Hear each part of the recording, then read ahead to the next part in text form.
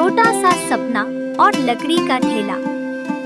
गांव नूरपुर की शांत वादियों में असलम नाम का एक लड़का रहता था।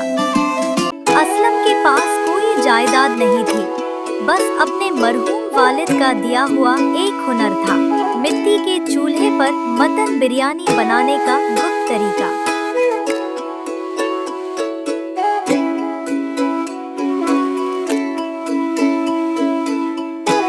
असलम ने अपनी जमा पूंजी से एक लकड़ी का मजबूत ठेला बनवाया।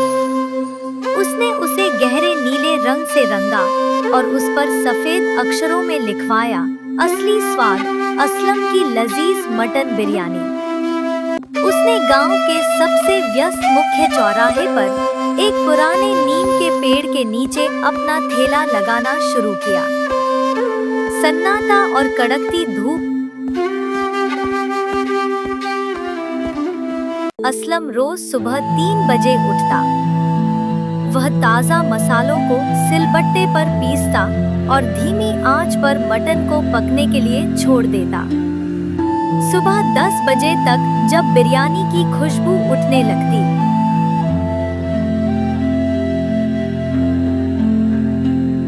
तो वह अपना ठेला लेकर चौराहे पर पहुंच जाता। सन्नाटा। शुरुआत में लोग बस उसे देखते और निकल जाते। कोई कहता, गांव में कौन इतनी भारी बिरयानी खाएगा? तो कोई उसकी गरीबी का मजाक उड़ाता। दोपहर की कड़ी धूप में असलम पसीने से तरबतर ठेले पर खड़ा रहता। कभी-कभी दिन भर में सिर्फ 1 या 2 प्लेटें बिकती। रात को वह बची हुई बिरयानी लेकर घर लौटता और उसे जरूरतमंदों में बांट देता। उसकी जेब खाली थी, लेकिन उसका इरादा पक्का था। वह रोज खुद से कहता, एक दिन यही खुशबू लोगों को मेरी दुकान तक खींच लाएगी। करीब 2 महीने की मेहनत के बाद कुछ गिने चुने ग्राहक रोज आने लगे थे, लेकिन तभी मुसीबत ने दस्तक दी। गांव के कुछ रसूखदार दुकानदारों को असलम की बढ़ती चर्चा से जलन होने लगी।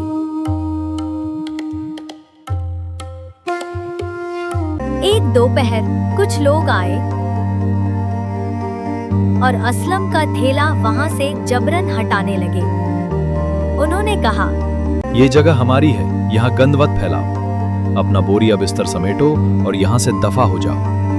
असलम ने बहुत मिन्नतें की, लेकिन उन्होंने उसका ठेला धक्का देकर सड़क के किनारे कर दिया।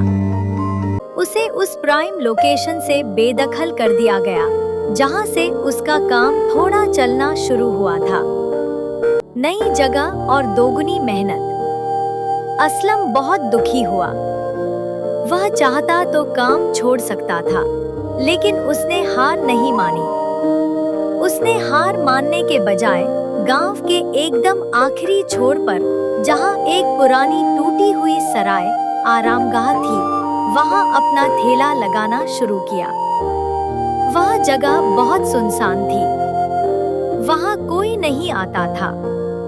असलम ने वहां की सफाई की और अपना ठेला एक छोटे से दिए की रोशनी में लगाना शुरू किया। पहले कुछ दिन तो बोहनी भी नहीं हुई। सन्नाटा ऐसा था कि असलम को अपनी ही सांसें सुनाई देती थी। असलम ने स्वाद में कोई कमी नहीं आने दी। उसने बिरयानी की क्वालिटी और बेहतर कर दी। वह कहता, भले ही ग्राहक एक आए, लेकिन वो यहाँ से तृप्त होकर जाना चाहिए। एक शाम शहर से कुछ व्यापारी रास्ता भटककर उस सुनसान रास्ते पर आ गए। भूख से उनका बुरा हाल था।